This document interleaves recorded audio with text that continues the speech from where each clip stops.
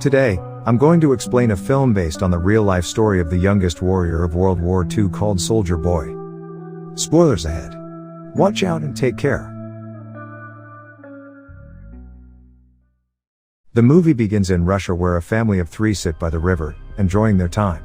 The youngest of them, Sergei Aleshkov, boasts to his elder brother and mother about him being on top of a tree, when suddenly, German fighter jets fly overhead. The mother asks her kids to quickly hide in the bushes, but the 6-year-old claims he is not scared and strikes the jet with a slingshot. To everyone's surprise, he manages to hit the jets and explode them. But when he looks around, his family is gone. Sergei wakes up frightened from the dream and calls for his mother. Just then, someone knocks on his door. Assuming it is his mother, he runs towards it, but a neighbor woman comes in panicking. She thanks God for keeping him alive, and informs him that his mother and brother are dead. The little boy cannot comprehend what she is saying, and wants to stay in the house to wait for his mother. The woman tells him that the Germans have attacked them and that he should run away. Just then, some soldiers approach their house. The woman makes Sergei run out through the window but is shot dead before she can join him. The little 6-year-old is now on his own, with no family and friends. As Sergei runs away from the house, he sees his whole neighborhood burning behind him. He calls for his mother in vain, and runs away from there. After running for a while, he ends up in the middle of the woods. The little kid starts to call for his mother to come and get him, because he is lost. That night, he stays in the jungle. The following morning, we see him drink water from a river, when the enemy soldiers approach his way. Sergei, knowing that they are dangerous, quickly hides inside a tree's roots. He is startled when a snake comes nearby, but doesn't utter a word or run away. Sergei is more scared of the soldiers than of the snake. The soldiers eat by the river and go away, after which Sergei takes their leftover food and devours it for the night. However, by the end of the day, the little boy is exhausted. He hasn't had a proper meal in 2 days and has been walking with no destination. He falls down as he limps but doesn't stop walking. While on his way, he sees wild berries and devours them, but just then, an explosion occurs behind him, taking him by surprise. The boy gets dizzy and starts to hallucinate someone coming behind him. However, even in such conditions, he stands brave and tells the person he has a rifle and is not scared. He limps forward but falls unconscious after a while. While he is asleep, 2 soldiers approach him. The scene cuts to the Russian army base where Commander Kuznetsov waits for his patrol soldiers. They come in with the little kid who is injured and weak. When the soldiers claim they are on his side, the little boy opens up and introduces himself. The soldiers laugh when the kid shakes his hand with the commander, suggesting he introduce himself too. The soldiers feel affectionate with the little kid, and circle him around. They make him drink water and feed him. Even the otherwise cold commander takes care of the kid. A nurse named Katya dresses Sergei's wounds, and is charmed by his personality too. The kid asks her to draw a tank on his wounds, because he wants to be a soldier when he grows up. Even the injured soldiers talk to the kid, and feel lighter. Sergei is fascinated with the commander's gun and his badge. The commander too answers all the little boy's questions, and lets him play with his honorary pistol after taking the bullets out. Sergei shows him the tank drawn on his stomach, and boasts about being a soldier himself. The boy is healing very quickly. The nurse Katya asks the commander to let the boy stay with the battalion, but he disagrees, claiming that it won't be safe. He wants to send Sergei to an orphanage. The soldiers spend all their free time with Sergei. He is visited by many throughout the day. They bring him food sent by their families from afar, and even let him play with their binoculars. One day, a soldier goes to the commander to ask him to let the boy stay with the battalion. The soldiers have grown a close connection with the kid, and think of him as their own. His presence takes the weight of war off their chest. However, the commander is adamant about sending the boy to the orphanage, for his own safety. The following day, the enemies attack, and many soldiers are hurt. A vehicle comes to fetch Sergei to take him to the orphanage. The commander breaks the news to the kid, and gives him a wooden honorary pistol as a gift.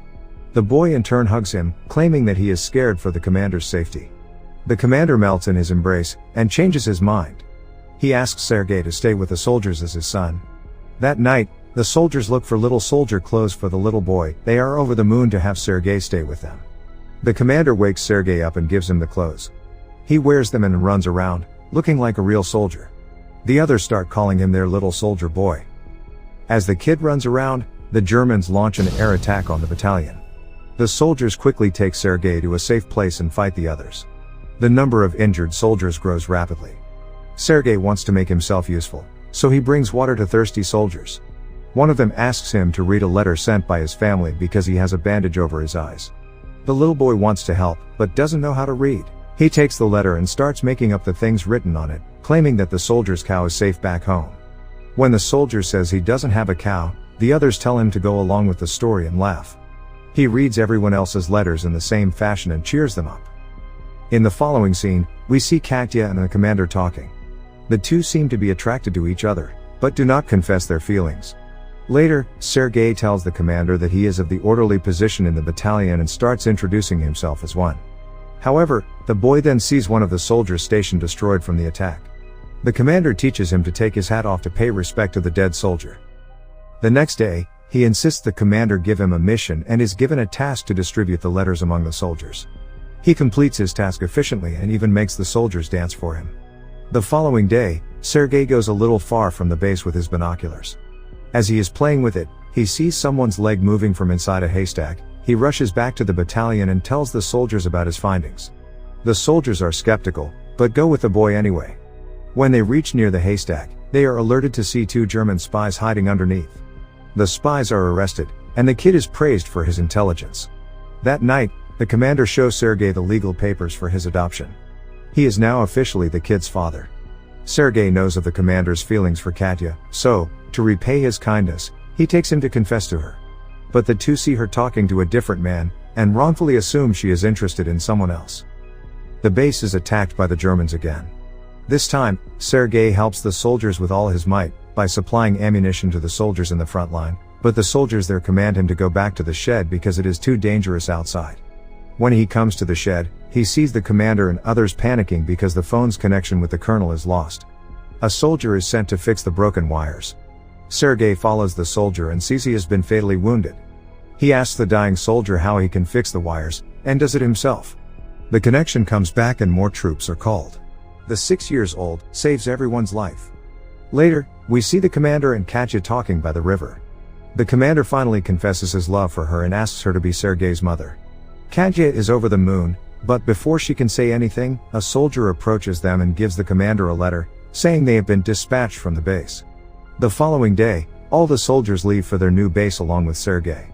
However, on their way, they come across a minefield that blows off some of their vehicles. The commander is hurt while the group's orderly, who Sergei was close with, dies in the explosion.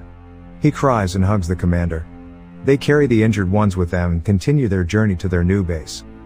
When they finally reach the other base, they meet the commander's leader, the general. He too is impressed by the kid's ambition, and congratulates the commander for having such a smart kid. The following day, their division is awarded a guard's banner, and so is the boy. He promises to save his country when the general gives him his badge. One night, their base is attacked brutally, and the commander is trapped under the ruins. Sergei cries for his father and tries to save him. He calls the other soldiers, who finally bring the commander out. The next day, Sergei approaches an injured commander. His hands were hurt while trying to save the commander. The kid is now an inseparable part of the team. He doesn't have a family beside them, and moves wherever they go in the war. The movie ends as the regiment is seen moving to another base. A voice in the background narrates that he even took part in the Stalingrad battle, and reached Poland with the soldiers. He is currently known as the world's youngest soldier ever, and the legendary story of his bravery is now spread for the whole world to hear.